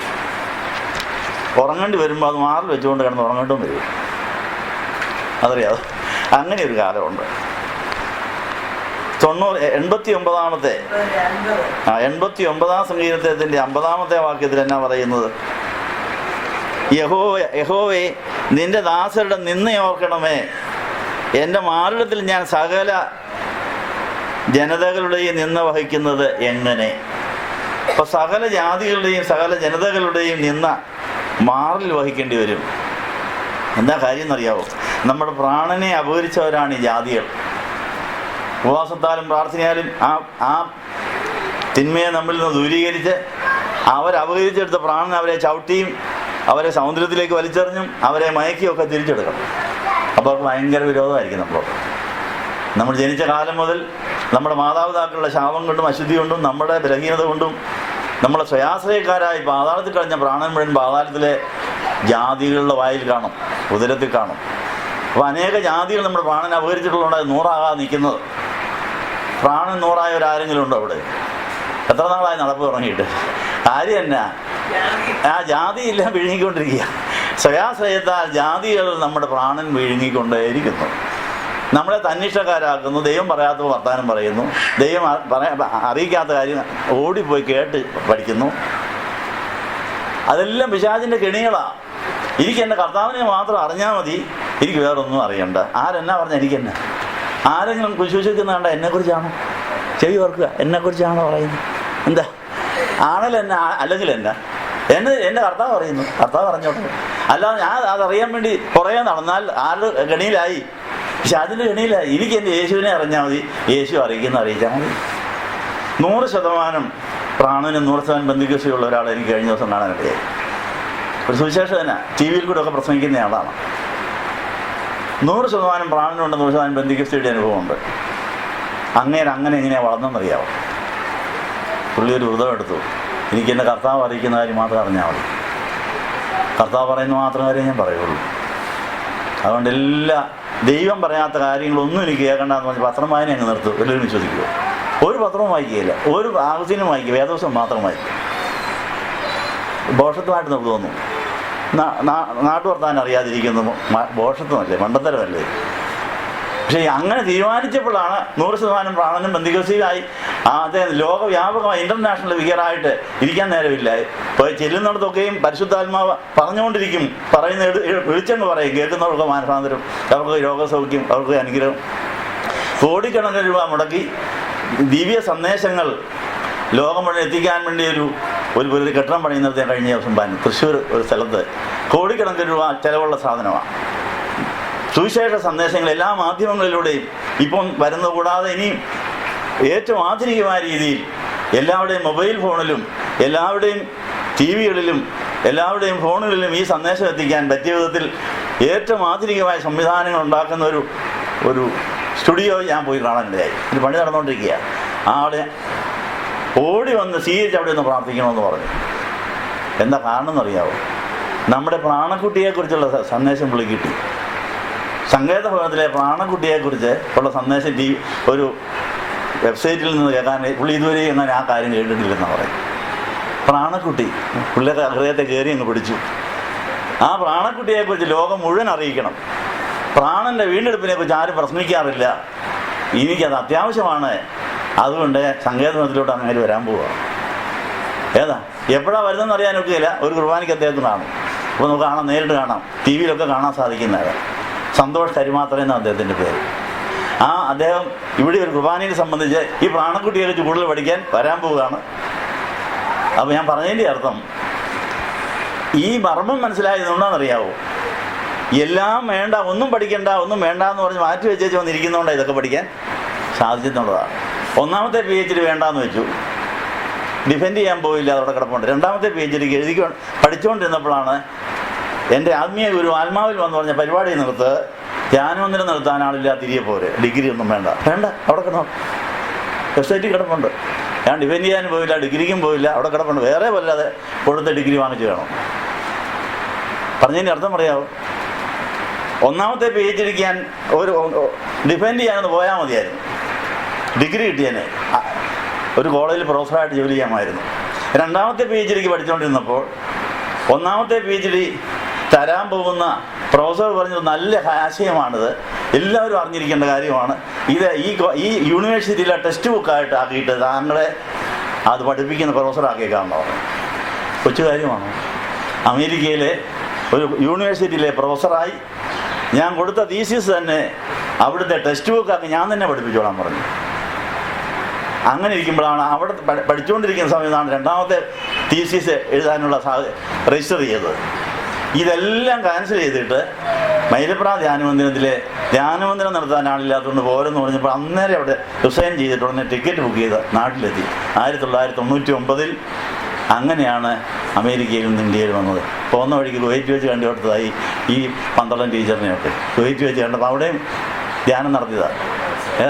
ബൈബിൾ ക്ലാസ് എയർപോർട്ടിൽ വെച്ചും ട്രാൻസിറ്റ് എയർപോർട്ടിലും കിട്ടിയ സമയത്ത് ബൈബിൾ ക്ലാസ് നടത്തിയതിൽ 2 പേരായിരുന്നു 12 അധ്യായൻ ഈ ടീച്ചറുള്ളൂ. ആ ഓർമ്മയ്ക്ക് ഇപ്പോഴും വന്നുകൊണ്ടിരിക്കുക. ഞാൻ പറഞ്ഞതിൻ്റെ അർത്ഥം, നമ്മുടെ യേശുവിന് വേണ്ടി വേണ്ടാന്ന് വെക്കാമെങ്കിൽ യേശു നമ്മളെ പഠിപ്പിക്കുമെന്ന് പറഞ്ഞില്ല. അപ്പോൾ ലോകത്തിൻ്റെ ജ്ഞാനം, ലോകത്തിൻ്റെ വിദ്യ, ലോകത്തിൻ്റെ ഡിഗ്രി വേണ്ടാന്ന് വെച്ച് കർത്താവ് പഠിപ്പിക്കുന്ന മാത്രം പഠിപ്പിച്ചാൽ മതി എന്ന് പറഞ്ഞപ്പോഴാണ് ഈ പ്രാണക്കുട്ടിയെക്കുറിച്ചുള്ള പാഠം കർത്താവ് പഠിപ്പിച്ചത്. അത് അനേകർക്ക് അത് ആകർഷകമായി ഇന്ന് അത് പഠിക്കാൻ അനേകർ ഗവേഷണം നടത്തിക്കൊണ്ടിരിക്കുന്നു. എല്ലാ ധ്യാനമന്ദിരങ്ങളിലും ഇത് ടെക്സ്റ്റ് ബുക്കാക്കിയിരിക്കുക. നമ്മുടെ ചോദ്യോത്തരങ്ങൾ നിങ്ങൾക്ക് അറിയാവുന്ന കാര്യം, ഈ ഭൂമിയിലുള്ള എല്ലാ രാജ്യങ്ങളിലെയും ധ്യാനമന്ദിരങ്ങളിൽ ഈ വിഷയം, ഈ പ്രാണക്കുട്ടിയെക്കുറിച്ചുള്ള ഇവിടുത്തെ സന്ദേശങ്ങൾ അതൊരു പാഠപുസ്തകമാക്കി ചോദ്യോത്തരങ്ങൾ എഴുതിയെടുത്ത് മുട്ടുമേൽ നിന്ന് പ്രാർത്ഥിച്ച് അവിടെ നിലവാരം വരാൻ അവർ പ്രാർത്ഥിച്ചുകൊണ്ടിരിക്കുന്ന ഇടയ്ക്ക് വിളിച്ചു ചോദിക്കാൻ ഞങ്ങളുടെ നിലവാരം എന്തായാലും നിങ്ങൾക്ക് വല്ല ചൂടുണ്ടോ, ഇത് നിങ്ങളെ കിട്ടിയിട്ട് നാളെത്രയായി വല്ല ഗുണമുണ്ടോ? അപ്പോൾ എൻ്റെ ഇവിടെയാ കാര്യം എന്നുള്ള കാര്യം മനസ്സിലാക്കാനും പറഞ്ഞു എൻ്റെ അർത്ഥം. അപ്പോൾ ചില തീരുമാനങ്ങൾ ഇതിൻ്റെ മുമ്പിൽ വേണം.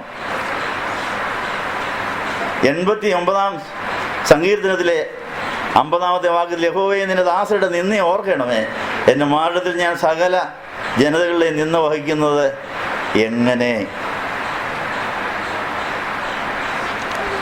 അങ്ങനെ നിന്ന വഹിക്കുന്ന അവസ്ഥ, നിന്ന വന്ന് വീഴുന്ന അവസ്ഥ, നിന്ന തലയെ ചുമന്നുകൊണ്ട് നടക്കേണ്ട അവസ്ഥ, ഇങ്ങനെ മറ്റുള്ളവർക്ക് നിന്ദിക്കാൻ തോന്നുന്ന പറ്റവിധത്തിൽ മാത്രമേ ദൈവം നമ്മളെ നടത്തുകയുള്ളൂ. ആ കാര്യം അറിഞ്ഞില്ല. ലോകപ്രകാരം ഭോഷത്വമായിരിക്കും.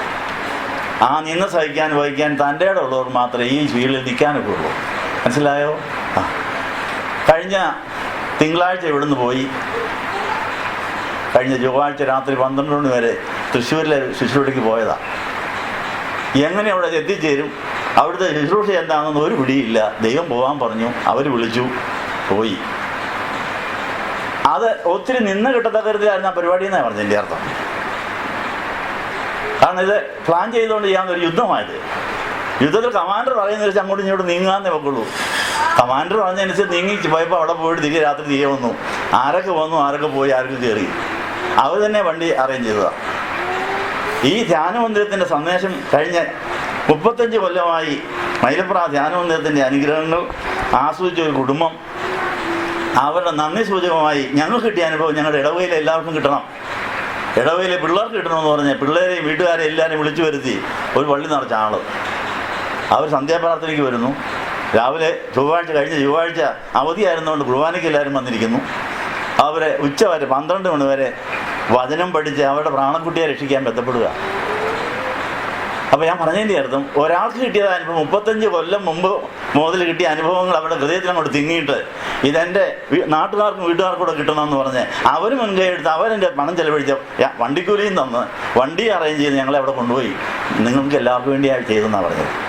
അത് ആര് പോയി ആര് വന്നുള്ള ദൈവം നമുക്ക് അങ്ങനെ ഒരു അവസരം തന്നു.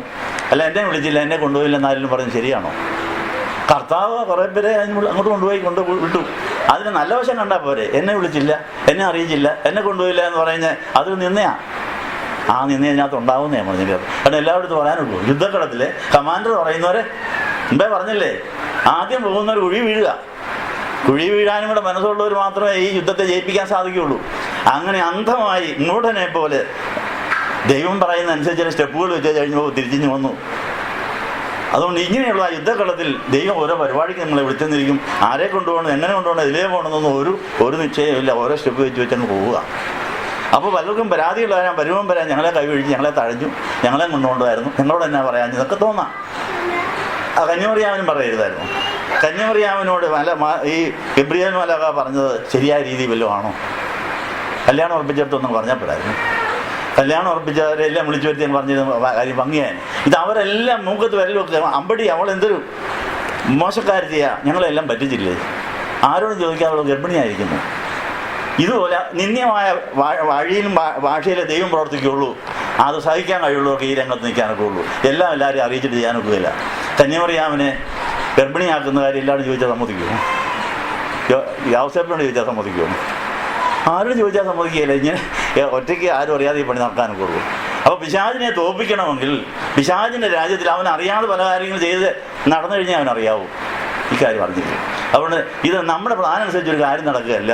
ദൈവത്തിൻ്റെ പദ്ധതി അനുസരിച്ച് കാര്യങ്ങൾ നടത്തണമെങ്കിൽ കർത്താവ് ചില സൂചനകൾ നൽകും. അങ്ങോട്ടൊന്ന് പോകേണ്ടി വരും. റെഡിയായിരുന്നു, പുറപ്പെട്ടു, കിട്ടുന്നവരെയും കൂട്ടിക്കൊണ്ട് കയറിക്കുമെന്ന് പറഞ്ഞ് വണ്ടി ഇഞ്ഞ് വരിക. വല്ലവരെയും വിളിച്ചു വരുത്താനൊക്കെ പോകും. കിട്ടുന്നവരെയും കയറ്റിക്കൊണ്ട് യുദ്ധത്തിനൊരു പോക്ക. 8 പേരുണ്ടായിരുന്നു, ഞങ്ങൾ 9 പേരാണ് പോയത്. കിട്ടിയവരെ കയറ്റിക്കൊണ്ടങ്ങ് പോയി. ആരോടും ആലോചിച്ചില്ല, ചിന്തിച്ചില്ല. അന്നേരത്തെ സൗകര്യത്തിന് എല്ലാവരും അസൗകര്യത്തിൻ്റെ ഇടയിലാണ്. അസൗകര്യങ്ങളുടെയും രോഗങ്ങളുടെയും വിഷമങ്ങളുടെയും മധ്യത്തിൽ കിട്ടിയവരെയും കൂട്ടിക്കൊണ്ട് ഒരൊറ്റ പോക്കങ്ങ് പോയതുകൊണ്ട് ചരിത്രം സൃഷ്ടിക്കുന്ന ഒരു ശുശ്രൂഷയാണ് നടന്നത്. ഒരു ദേവാലയം ഉണ്ടായിട്ട് ഇതുവരെ നടന്നിട്ടില്ലാത്ത ശുശ്രൂഷ അവിടെ നടന്നു. അതിന് ശേഷമാണ് ഒരു സുവിശേഷൻ ഇതുപോലെ കർത്താവിൻ്റെ കല്യാണത്തിന് ഒരുങ്ങുന്നവരെ ഇവർക്ക് മണവാട്ടിയെ ഒരുങ്ങുന്ന ഒരു ബ്യൂട്ടി പാർലർ ഉണ്ടാക്കിക്കൊണ്ടിരിക്കുക. അവിടെ പോയി പ്രാർത്ഥിക്കാനുള്ള അവസരം കിട്ടി. അങ്ങനെ ഒരിടേനും ഒരു തൊഴിച്ചുമാകും എന്നുള്ളതായ വചനം അന്വർത്ഥമാക്കാൻ വേണ്ടി ഒരു വേദി നമുക്ക് തുറന്നു കിട്ടിയിരിക്കുന്നത് ഞാൻ പറഞ്ഞില്ല. അങ്ങനെ ഒരാൾ വിളിക്കാതെ തന്നെ ഇങ്ങോട്ട് വരുന്നതെന്ന് പറഞ്ഞ കൊച്ചു കാര്യമാണ്. ഇൻ്റർനാഷണൽ ഫിയർ വർഷങ്ങൾക്ക് മുമ്പേ ബുക്ക് ചെയ്താൽ മാത്രം കിട്ടുന്ന ഒരാൾ ഇങ്ങോട്ട് ഒരു ശനിയാഴ്ച ഇവിടുത്തെ കുർബാനയെ സംബന്ധിക്കാൻ പോകുന്നു. കൊച്ചു കാര്യമാണോ? അത് പറഞ്ഞുകൊണ്ട് പോകണ്ടല്ലേ. ദൈവം പറയുന്ന വഴിയെ പോകാമെങ്കിൽ നമുക്കിങ്ങനെ ഒത്തിരി കൂട്ടുകളെയും കൂട്ടുകാരെയും ദൈവം തരും. അത് പ്രയോജനപ്പെടുത്തുകയാണെങ്കിൽ അനുസരിക്കാൻ പഠിക്കണം എന്നാ പറഞ്ഞതിൻ്റെ അർത്ഥം. ഇന്നത്തേക്ക് ഇത്രയും പോരെ. അതുകൊണ്ട് നിന്ന കിട്ടുന്ന വഴിയിൽ കൂടെ ദൈവം നമ്മളെ നടത്തുകയുള്ളൂ. ആ നിന്ന ചുമന്നുകൊണ്ട് നടക്കേണ്ട ഒരു കാലം നിന്ദിക്കാൻ മിടുക്കരായ ഭാര്യയും ഭർത്താവിനെയും കർത്താവ് തരും. എന്താ കേട്ടോ? നിന്ന ആവശ്യമുള്ളതുകൊണ്ട് ദൂരെ പോയി നിന്നെടുക്കുന്നതിനേക്കാൾ വീട്ടിലൊരങ്ങ് നിന്ദിക്കുകയാണ് അത്ര എളുപ്പമല്ലേ.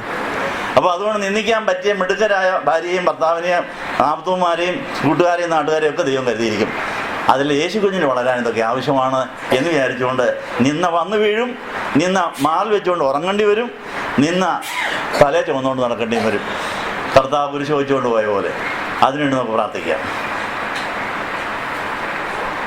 മൈക്കങ്ങോട്ട് കൊടുത്താൽ കേൾവിക്കാരുടെ ഹൃദയമായിട്ടുള്ള പ്രാർത്ഥിക്കണം. സ്നേഹത്തിലൂടെ എല്ലാം കാണുവാൻ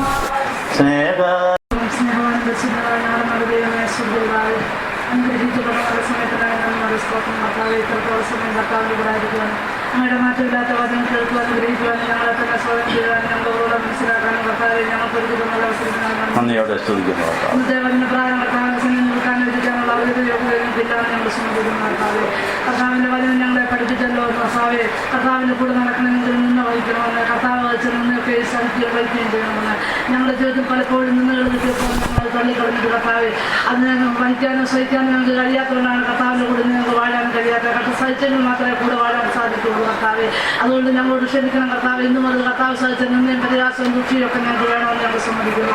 കർത്താവെ ഞങ്ങളുടെ ജീവിതത്തിൽ പലപ്പോഴും ഞങ്ങൾ കർത്താവ് നിന്ന് വഹിക്കുന്നവരായി നിന്ന് മറ്റുള്ളവരെ നിന്ദിക്കുന്നവരായി പോയിട്ടുള്ളത് ഞങ്ങൾ സമ്മതിക്കുന്നു. ക്ഷമിക്കണമെന്ന് പ്രാർത്ഥിക്കുന്നു കർത്താവെ. ഞങ്ങൾ പലപ്പോഴും വിശ്വാസത്തിന്റെ ഒരു ലക്ഷ്യത്തിലായി ഞങ്ങളെ വായ വിട്ടുകൊടുത്തു കർത്താവെ. എന്നാൽ ദൈവത്തിന്റെ വായായി തീരുവാൻ ഞങ്ങൾക്ക് കഴിഞ്ഞിട്ടില്ല കർത്താവെ. ദൈവത്തിന്റെ വായായി തീരണമെങ്കിൽ കർത്താവ് സഹിച്ച് നിന്ന് സഹിക്കണമെന്ന് ഞങ്ങളെ പഠിപ്പിച്ചല്ലോ ദൈവമേ. ഇന്നു മുതൽ കർത്താവിന്റെ വായായി തീർന്ന് കർത്താവ് സഹിച്ച് നിന്ന് സഹിച്ച് കർത്താവ് പറയുന്ന പോലെ ഞങ്ങൾ ജീവിപ്പാൻ ഞങ്ങളുടെ സ്വയബോധവും പരബോധവും ദൈവബോധവും നഷ്ടപ്പെട്ടത് ഞങ്ങൾ തിരിച്ചറിയാതെ കർത്താവെ പലപ്പോഴും ഞങ്ങൾ പലർക്കും കുറിച്ചുണ്ടാക്കി പലരെ നിന്നിച്ച് കർത്താവെ ഞങ്ങൾ വേദനിപ്പിച്ച് മുറിവുകൾ ഉണ്ടാക്കി ഞങ്ങൾ സമ്മതിക്കുന്നു കർത്താവെ. അവർ ഞങ്ങളോട് ക്ഷമിച്ചിട്ട് കർത്താവിന് വേണ്ടി നിന്നേയും പരിഹാസവും ദുഷിയും കർത്താവ് എന്തൊക്കെ സഹിച്ചു അതെല്ലാം സഹിച്ച് കർത്താവ് പോയ വാതിലൂടെ പോയി കർത്താവിന്റെ ഞങ്ങളുടെ വായായി തീർന്ന് കർത്താവെ എല്ലാ സങ്കല്പങ്ങളും ധ്യാനങ്ങളും ഉയർച്ചകളും ക്രിസ്തുവിൽ പിടിച്ചടക്കിയിട്ട് കർത്താവെ ഞങ്ങളിപ്പോൾ ശിശുവിനെ പോലെ ദിവസങ്ങളിൽ വചനമാവുന്ന മഴയില്ലാത്ത പാൽ കുടിച്ച് നമ്മെ തിന്മ ജയിപ്പാനുള്ള തന്റെ ഇടം തന്നെ കർത്താവെ. തിന്മ തള്ളി നമ്മെ സ്നേഹിക്കുവാനുള്ള പ്രായമാകുന്ന ഒരു തൈരും തേരും ഉപജീവിച്ച യേശു കുഞ്ഞിനെ പോലെ പൗലോസിനെ പോലെ ഞങ്ങൾ വളരെ ഉണ്ടാക്കുന്ന കർത്താവെ ഞങ്ങളെ ഞങ്ങളുടെ കരങ്ങൾ സമർപ്പിക്കുകയാണ് കർത്താവെ. ഞങ്ങൾക്കൊന്നും അറിയേണ്ട കർത്താവ് അറിയിക്കുന്നതല്ലാതെ ഞങ്ങൾക്ക് പലപ്പോഴും എല്ലാ കാര്യവും അറിയാനുള്ള ജാഗ്രതയുണ്ട്. എല്ലാം ഞങ്ങൾക്ക് അറിയണമെന്നുള്ള ആ ആഗ്രഹം ഞങ്ങളെ ഭരിച്ചുകൊണ്ടിരിക്കുകയാണ് കർത്താവെ. ആ ആഗ്രഹത്തിൽ നിന്ന് പൂർണ്ണമായി ഞങ്ങൾക്ക് ഒരു മോചനം തരണം. ഞങ്ങൾക്കറിയേണ്ടത് യേശുവിനെയാണ്. പൗലോസ് പറഞ്ഞല്ലോ ക്രൂശിക്കപ്പെട്ട യേശുവിനെ അല്ലാതെ എനിക്കൊന്നും അറിയേണ്ടെന്ന് കർത്താവെ. ഞങ്ങൾ പലതും അറിഞ്ഞു പോയതാണെന്ന് ഞങ്ങൾക്ക് യേശു കുഞ്ഞിനെ കിട്ടാത്തതിന്റെ കാരണം, ഞങ്ങളുടെ ജീവിതത്തിൽ ഞങ്ങളുടെ പ്രാണം മുഴുവൻ യേശുവിലാകാത്തതിന്റെ കാരണം, ഞങ്ങളുടെ ബന്ധുക്കളുടെ അനുഭവം ആകാത്തതിന്റെ കാരണം, സർവ്വോടൊക്കെ നിരാട്ടേണ്ട കാരണം കർത്താവെ. ഇതൊക്കെ ഞങ്ങൾ അറിയേണ്ടാത്ത കാര്യങ്ങൾ അറിഞ്ഞതാണെന്ന് ഞങ്ങൾ സമ്മതിക്കുന്നു. അതുകൊണ്ട് ഞങ്ങൾ അറിയേണ്ടാത്ത കാര്യം അറിഞ്ഞെല്ലാം ഞങ്ങൾ പൂത്തു കളഞ്ഞിട്ട് കർത്താവ് അറിയിക്കുന്ന കാര്യം മാത്രം ഞങ്ങൾക്ക് അറിഞ്ഞാൽ മതി. അതുകൊണ്ട് ഇനി ഞങ്ങൾക്ക് ആരുടെയും കാര്യം അറിയേണ്ട, ഒന്നിനെ അറിയേണ്ട, ഒന്നും അറിയണ്ട. ഞങ്ങൾക്കറിയേണ്ടത് യേശുവിനെയാണ്. യേശുവിനെല്ലാം ഞങ്ങൾ പല കാര്യം അറിഞ്ഞുപോയി ഞങ്ങളോട് ക്ഷമിക്കണം. അതാണ് ഞങ്ങളുടെ ജീവിതത്തിലെ പരാജയത്തിന്റെ കാരണം, ഞങ്ങളുടെ ജീവിതത്തിലെ സ്വസ്ഥതയുടെ സമാധാനമില്ലാത്തതിന്റെ കാരണം. കർത്താവെ ഞങ്ങൾ അറിയേണ്ടാത്ത കാര്യങ്ങളൊക്കെ അറിഞ്ഞുപോയി. ഇത് അവിടെ വെച്ച് ഞങ്ങളെല്ലാം തൂത്ത് മാറ്റി കളയുന്നു കർത്താവെ. അതുകൊണ്ട് ഞങ്ങളുടെ ജീവിതത്തിൽ ഇനി അറിയേണ്ടാത്ത കർത്താവ് അറിയിക്കുന്നു അല്ലാത്ത ഒന്നും ഞങ്ങളെ അറിയിക്കല്ലേ കർത്താവെ. അതുകൊണ്ട് കർത്താവ് ആഗ്രഹിക്കുന്നത് മാത്രമേ ഞങ്ങൾ ആഗ്രഹിക്കാവുന്നുള്ള ആ ബോധ്യത്തോടുകൂടി കർത്താവിന്റെ വായ ഞങ്ങളുടെ വായായി തീർന്ന് കർത്താവിന് മാത്രം ജീവിപ്പാൻ ഞങ്ങളെ വിട്ടുതരികയാണ്. പൗലോസ് സൗലായിരുന്ന കാലത്ത് കുതിരപ്പുറത്ത് വീട് കണ്ടുപൊട്ടിച്ച് അവിടെ അടങ്ങിയിരുന്ന ഒരു കാലം വീണ്ടും കർത്താവ് സംസാരിച്ചു കഴിഞ്ഞപ്പോൾ എനിക്ക് എന്റെ കർത്താവിനെ അറിഞ്ഞാൽ മതി എന്ന് പറഞ്ഞ് അറേബ്യൻ മാറി മരുഭൂമിയിൽ മാറി കാത്തിരുന്നൊരു കാലം. അതുപോലെ ഞങ്ങൾ കർത്താവിനെ അറിയേണ്ട സമയത്ത് അറിയേണ്ടതുപോലെ അറിയുവാൻ മാറിയിരിക്കേണ്ട ഒരു കാലം, പറഞ്ഞിരിക്കേണ്ട ഒരു കാലം, കർത്താവ് അറിയേണ്ട കാലം. അതുകൊണ്ട് കർത്താവെ ഞങ്ങളുടെ ജീവിതത്തിൽ അറിഞ്ഞ് എല്ലാം മാറ്റിക്കളഞ്ഞിട്ട് ആ സൗൽ പൗലോസായതുപോലെ ഞങ്ങളുടെ ജീവിതത്തിൽ ഞങ്ങൾ ആരായിരിക്കുന്നു ആ വസ്തു പൂർണ്ണമായൊരു മാറ്റത്തിലേക്ക് വന്നിട്ട് കർത്താവ് ഞങ്ങളുമായിട്ടൊരു സത്യബന്ധം പുലർത്തുവാൻ ദൈവമേ ഞങ്ങളുടെ കരങ്ങളിൽ സമർപ്പിക്കുകയാണ്. അതിനായി കർത്താവിന്റെ കരങ്ങൾ ഞങ്ങൾ ഏൽപ്പിക്കട്ടെ ദൈവമേ. അതുകൊണ്ട് കുരിശിന്റെ വചനം കർത്താവെ ആ വഴി നശിച്ചു പോകുന്നവർക്ക് ദോഷത്വമായിട്ട് തോന്നും. എന്നാൽ ചെങ്കടലിൽ കർത്താവെ ആ ചെങ്കടലിൽ കൂടെ കടന്നു പോകണമെന്ന് വന്നു കഴിഞ്ഞപ്പോൾ മോശത്തമായിട്ട് തോന്നിയെങ്കിൽ ആ പർവ്വത സൈന്യത്തെ അവിടെ മുക്കിക്കളയണമെന്നും അവിടെ വഴി ഉറക്കാൻ പോവുകയാണെന്നും എന്നുള്ള ആ വഴി ആ വചന കർത്താവെ വിട്ടുകളഞ്ഞിട്ട് ആ ജീവിക്കുന്ന പോലെ പലപ്പോഴും ദൈവമക്കളുടെ വഴി കർത്താവ് മറ്റുള്ളവർക്ക് മോശത്തമായിട്ട് തോന്നും. ഞങ്ങൾക്ക് പലപ്പോഴും ഞങ്ങൾ കർത്താവിന്റെ മക്കളെ കുറിച്ച് മോശത്തമായിട്ട് വന്നെന്ന് തോന്നി ഞങ്ങൾ കുറ്റപ്പെടുത്തിട്ടുണ്ട്. ഞങ്ങളോട് ക്ഷമിക്കണമെന്ന് പ്രാർത്ഥിക്കുന്നു. ദൈവമേ, അവിടുന്ന് ചെല്ലുന്ന വഴിയാണെന്ന് മനസ്സിലാക്കുവാൻ കർത്താവ് പറയുന്നതിലെ പോയി കഴിഞ്ഞാൽ കർത്താവ് എന്ന് പറയുന്നത് മറ്റുള്ളവർക്ക് ഈ ലോകത്തിന് മോശത്തമായിട്ട് തോന്നിയാലും അതിലേക്ക് കർത്താവ് പറയുന്ന പോലെ എടുത്തു ചാടുവാൻ അവൻ എന്ത് പറയുന്നു അതുപോലെ ചെയ്യുവാൻ കർത്താവെ ഞങ്ങളെ എന്ന് മുതൽ പഠിപ്പിക്കണമേ. കർത്താവ് എന്ന് പറയുന്നു അതുകൊണ്ടായിട്ട് മാത്രം അനുസരിച്ച് ജീവിപ്പാൻ ഞങ്ങളെ അവിടെ നിലയാക്കണമെന്ന് പ്രാർത്ഥിക്കുന്നു. കർത്താവിനെ നിന്ന ഞങ്ങൾ ചുമക്കേണ്ട കാലം വഹിക്കേണ്ട കാലം അതൊക്കെ ഉണ്ടെന്ന് ഞങ്ങളെ പഠിപ്പിച്ചു. അതൊക്കെ വഹിച്ച് സഹിച്ച് ദൈവത്തിന്റെ വഴിയിലൂടെ ഞങ്ങൾ ഓടിപ്പോകുവാൻ പരിശുദ്ധാത്മാവ് ഞങ്ങളെ നിയന്ത്രിക്കുകയും പരിശുദ്ധാത്മാവ് ഞങ്ങളെ ഭരിക്കുകയും ചെയ്യണമേ. കർത്താവെ, ഞങ്ങളുടെ ജീവിതത്തിൽ ജലമോഹം കണ്ണോഹം ജീവിതത്തിൽ പ്രതാപം എല്ലാം കടഞ്ഞ് കർത്താവെ ഞങ്ങളുടെ ജീവിതത്തിൽ ഉയർത്തിലെ ജ്ഞാനം മാത്രം നിർത്തി പൗർണ്ണ പ്രാകൃത പൈശാചികമായ എല്ലാ ജ്ഞാനത്തെയും വിട പറഞ്ഞിട്ട് കർത്താവിന് ജ്ഞാനം ഞങ്ങളുടെ ജ്ഞാനമായി തീർന്ന് കർത്താവ് ഞങ്ങൾ കർത്താവിന് വസിച്ച് ആത്മാവിനെ പ്രകടിപ്പിക്കുവാൻ ഇന്നത്തെ വളരെ പ്രാരം ഞങ്ങളുടെ ജീവിതത്തില് പുതിയ രൂപാന്തരവും പുതിയ മാനസാന്തരവും പുതിയ കൃപകളും പുതിയ അനുഗ്രഹങ്ങളും തന്ന് ഞങ്ങളുടെ പ്രാണന ബന്ധുക്കസിന് വേണ്ടി കാത്തിരുന്ന് കർത്താവ് ഞങ്ങളുമായിട്ടൊരു സത്യബന്ധം പുലർത്തുവാൻ അതുപോലെ കർത്താവിനെ മാത്രം അറിഞ്ഞ് ആഗ്രഹിപ്പാൻ ഞങ്ങളെ പൂർണ്ണമായി വിട്ടു തരട്ടെ. ഇന്ന് ഞങ്ങൾ തിരിച്ചോട് പ്രവർത്തനത്തിനുവേണ്ടി ശ്രദ്ധിക്കുക തന്റെ വൃക്ഷത്തിലൂടെ സമുദ്രത്തിലുള്ള വിട്ട് ചവിട്ടിലുള്ള ചവിട്ടി മാറ്റി കെട്ടി ഭാഗം എല്ലാം ചവിട്ടി ചെയ്യേണ്ട കാലങ്ങൾ ചെയ്യുന്നതിന് നന്ദി പറയുന്നു. അതുകൊണ്ട് ഞങ്ങൾ എല്ലാവരും ഒരു പ്രാവശ്യം കൂടെ കുറിച്ച് പ്രവർത്തനം എല്ലാ നസറായ യേശുവിന് വേണ്ടി മാത്രം ജീവിപ്പാൻ ഞങ്ങളെ എല്ലാവരും ഏൽപ്പിക്കുന്നു. അതുകൊണ്ട് ഞങ്ങൾക്ക് വേണ്ടത് യേശുവിനാണ്. യേശുവിനെ തന്നെ കാര്യം വേണ്ട, ഒന്നിനും വേണ്ട, ഒന്നും വേണ്ട. യേശുവിനെ മാത്രം മതി. യേശു തരുന്നത് മതി, തരുന്നിടത്തോളം മതി, തരുന്ന സമയത്ത് മതി, തരുന്നത് മതി, അറിയിക്കുന്നത് മതി, അറിഞ്ഞാൽ മതി. എല്ലാം അതിനായിട്ട് ഞങ്ങളുടെ കരങ്ങൾ ഞങ്ങളെ വിട്ടു തരുന്നു. പ്രാർത്ഥന കേട്ടതിനായി സ്തോത്രം. അനുഗ്രഹത്തിനായി നന്ദി തരുന്നു. മാനവത്തോട് നിർത്തണം. അതേ യേശുവിനാണ് തന്നെ.